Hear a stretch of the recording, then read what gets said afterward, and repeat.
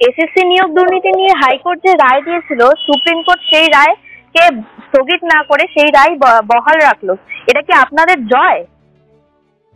দেখুন, West Bengal central school service commission যে 4টে নিয়োগ প্রক্রিয়া চালিয়েছিল 2016 সালে, দুটো গ্রুপ সি এবং group D non teaching staff, এবং দুটো সিলেকশন হচ্ছে, একটা 9-10 এবং একটা 11-12 টিচিং স্টাফ। ফলে এই যে 4টে সিলেকশন প্রসেস, 9-10, 11-12, গ্রুপ সি এবং গ্রুপ ডি, 4টে সিলেকশন প্রসেসকে বিচারপতি দেবাংশু বসাক এবং বিচারপতি মোহাম্মদ সাব্বার রশিদের বেঞ্চ ক্যান্সেল করে দিয়েছিলেন, এবং সেই সংক্রান্ত এসএলপি, বেশ কয়েকটি এসএলপি আজকে আদালতে বিচারের জন্য ছিল। এবং মহামান্য প্রধান বিচারপতির বেঞ্চ সেই যে রায়, সেই রায়টি বহাল রেখেছেন। শুধুমাত্র একটি অংশে স্টে দিয়েছেন, সেটা হলো super numeric post creation related যে কোনো ব্যক্তিকে সিবিআই চাইলে কাস্টডিতে নিয়ে ইন্টারোগেশন করতে পারে, সেই অংশটি শুধুমাত্র এই নির্দিষ্ট প্যারাগ্রাফটি স্টে করেছে। বাকি অংশগুলো অ্যাজ ইট ইজ রেখে দিয়েছেন এবং মামলাগুলোকে শুনানির জন্য আগামী সোমবার রেখে দিয়েছেন।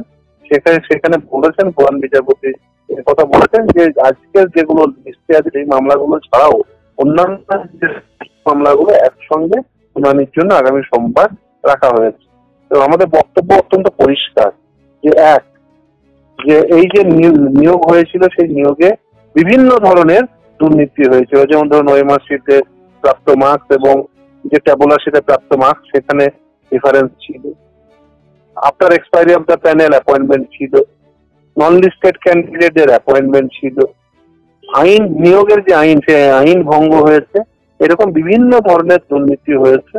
এবং এখানে যেহেতু টেন্টেড ক্যান্ডিডেট এবং নন টেন্টেড ক্যান্ডিডেট নন পেপারেবল ছিল, এবং এসএসসি এবং বোর্ড এবং রাজ্যকে বারবার বলা হয়েছিল যে আপনারা সঠিক তথ্য দিয়ে বলুন যে কোনগুলো যোগ্য কোনগুলো অযোগ্য।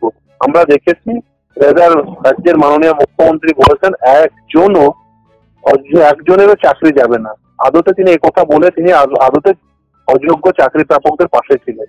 আজকে রাজ্যের পক্ষ থেকে এসএলপি দাখিল করে বলা হচ্ছে যে রাজ্যের মন্ত্রীরা জেলে চলে যাবেন, আমাদেরকে সেখান থেকে রক্ষা করুন। রাজ্যের উদ্যোগ একটাই, রাজ্যের মন্ত্রীরা যাতে জেলে না যায় সেই জন্য এসএলপি ফাইল করেছে। তাদের কে যোগ্য কে অযোগ্য যা আইডেন্টিফাই করার জন্য তারা একেবারেই বিচলিত নন, তারা একেবারেই সেদিকে কোনো মনোনিবেশ করেনি না। উল্টে রাজ্যের মাননীয় মুখ্যমন্ত্রী বলেছেন যে একজনেরও চাকরি যাবে না। ফলে উল্টে রাজ্যের মাননীয় মুখ্যমন্ত্রী তিনি সর্বদা এই যে অযোগ্য চাকরি প্রাপকদের পাশে ছিলেন, তার এই বক্তব্য থেকে পরিষ্কার হয়ে গেছে। এবং যেহেতু এসএসসি বা বোর্ড কোনো সময় সঠিক তথ্য দিয়েছে, যোগ্য এবং অযোগ্য ব্যক্তিদের নির্দিষ্ট তালিকা আদালতে দিতে পারেননি। তারা যে ট্যাবুলার শিট দিয়েছিলেন, যে তথ্য দিয়েছিলেন, সেই তথ্যগুলো বেশিরভাগ ক্ষেত্রে দেখা গেছে অসম্পূর্ণ তথ্য। এবং এই যে নিয়োগের যে আইন মেনে যে নিয়োগ, সেটা কখনোই হয়নি। খুব সঙ্গত কারণেই কিন্তু নিয়োগের আইন মেনে নিয়োগ হয়নি, খুব স্বাভাবিকভাবে সেই নিয়োগ প্রক্রিয়া বাতিল হয়েছে। আজকে প্রধান বিচারপতি জিজ্ঞাসা করেছেন যে আপনারা ওএমআর শিট রেখেছিলেন? ওএমআর শিট যেখানে নেই, না ফিজিক্যাল কপি না ডিজিটাল কপি, তাহলে কি করে টেন্টেড ক্যান্ডিডেট এবং নন টেন্টেড ক্যান্ডিডেট সেপারেট করা যাবে? আজকে সেটা প্রশ্ন শুনতে হয়েছে। আজকে প্রধান বিচারপতি টাটা স্ট্যান্টেক নিয়ে প্রশ্ন করেছেন। নাইসা বলে একটা কোম্পানিকে অ্যাপয়েন্ট করা হয়েছিল, অথচ আলটিমেট ওএমআর শিট গুলো মূল্যায়ন করলো টাটা স্ট্যান্টেক নামক একটি সংস্থা, যে সংস্থাকে কখনো এসএসসি অ্যাপয়েন্টই করেনি। অত্যন্ত দুর্ভাগ্যজনক পরিস্থিতি তৈরি করেছে West Bengal central school service commission, board এবং স্টেট, গোটা রাজ্য জুড়ে। একদিকে যেমন ধরুন যারা হয়তো এর মধ্যে যোগ্য ছিল না, নিশ্চিতভাবে যোগ্য ছিল, কিন্তু তাদেরকে আইডেন্টিফাই না করে দেওয়া, তাদের সঙ্গে প্রতারণা করা, এবং সর্বোপরি রাজ্যের শিক্ষা ব্যবস্থার সঙ্গে প্রতারণা করেছেন এই তিনটে এজেন্সি, এই তিনটে আর্টিকেল 12 অথরিটি। যে কোনো রাজ্যে এই ধরনের এই যে পর্বত প্রমাণ দুর্নীতি, তা অভাবনীয়। সংবিধানের শপথ নিয়ে একটা সরকার চালাচ্ছে, সেখানে যদি রাজ্যের প্রধান বলেন যে একজনেরও চাকরি দেবে না, যে সাদা খাতার মাস্টার আছে তারও চাকরি থাকবে, তাহলে যা হওয়ার তাই হয়েছে। এই ক্ষেত্রে রাজ্যের মাননীয় মুখ্যমন্ত্রী সাদা খাতার মাস্টার যারা নিয়ম ভঙ্গ করে, দুর্নীতি করে টাকা দিয়ে চাকরি পেয়েছেন, তাদের পাশে দাঁড়ানোর জন্য যারা যোগ্য ছিলেন, সেই ছেলে মেয়েগুলো বঞ্চিত হলেন। সেই ছেলে মেয়েগুলোকে আজকে এই দিন দেখতে হচ্ছে। যোগ্য ছেলেদের নিশ্চিতভাবে এই ছেলে মেয়েদের রাজ্যের মাননীয় মুখ্যমন্ত্রীর কাছে জবাব চাইতে হবে, যে বিশেষ করে, এবং যারা রাজ্যের আপামর জনসাধারণকে জবাব চাইতে হবে, যারা চান যে তাদের ছেলেমেয়েরা যোগ্য শিক্ষকদের কাছে পাঠ নিক।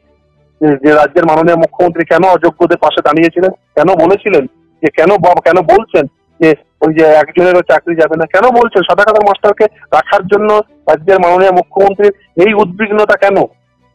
তার কারণ কি এটাই যে তাদের কাছ থেকে টাকা নিয়েছিলেন তার সঙ্গী সাথীরা, পার্থ চট্টোপাধ্যায় বা মানিক ভট্টাচার্যের মতো মানুষেরা? তারা লিস্ট দিয়েছিল, সেই লিস্ট প্রথম কথা সম্পূর্ণ নয়। দ্বিতীয় কথা, যে এসএসসির কম্পাউন্ডের মধ্যেই এই ওএমআর শিট গুলো, এসএসসির অফিসের মধ্যে ওএমআর শিট গুলো মূল্যায়ন হয়েছে। ওএমআর শিট মূল্যায়ন করার জন্য এসএসসি যার উপর দায়িত্ব ন্যস্ত করেছিল তার সেই সংস্থার নাম হচ্ছে নাইসা। সেই নাইসা যে সংস্থা, সেই সংস্থা অন্য একটি এজেন্সি, টাটা স্ক্যানটেক নামে একটা এজেন্সিকে তারা এই দায়িত্ব দেয়। অথচ টাটা স্ক্যানটেককে কখনো এনগেজই করেনি এসএসসি। মানে বুঝতে পারছেন, এরকম একটা গোপন প্রক্রিয়ায় একটা থার্ড এজেন্সি কিভাবে এসএসসি অফিসের মধ্যে ঢুকে গেল, তারা কিছু জানতেই পারলো না। যখন এই টাটা স্ক্যানটেক সম্পর্কে তথ্য জানতে চান মাননীয় বিচারপতি দেবাংশু বসাক, তখন পুরো এসএসসি চেয়ারম্যান পুরো আকাশ থেকে পড়ার মতো করে একটা মুখ নিয়ে বললেন সে কোনোদিন নামই শোনেনি। অথচ তারাই এই ওএমআর শিট গুলো মূল্যায়ন করলো। অত্যন্ত দুর্ভাগ্যজনক। এবং সেই তথ্যের উপর ভিত্তি করে নিয়োগ হয়েছে। এই নিয়োগ কখনোই থাকতে পারে না।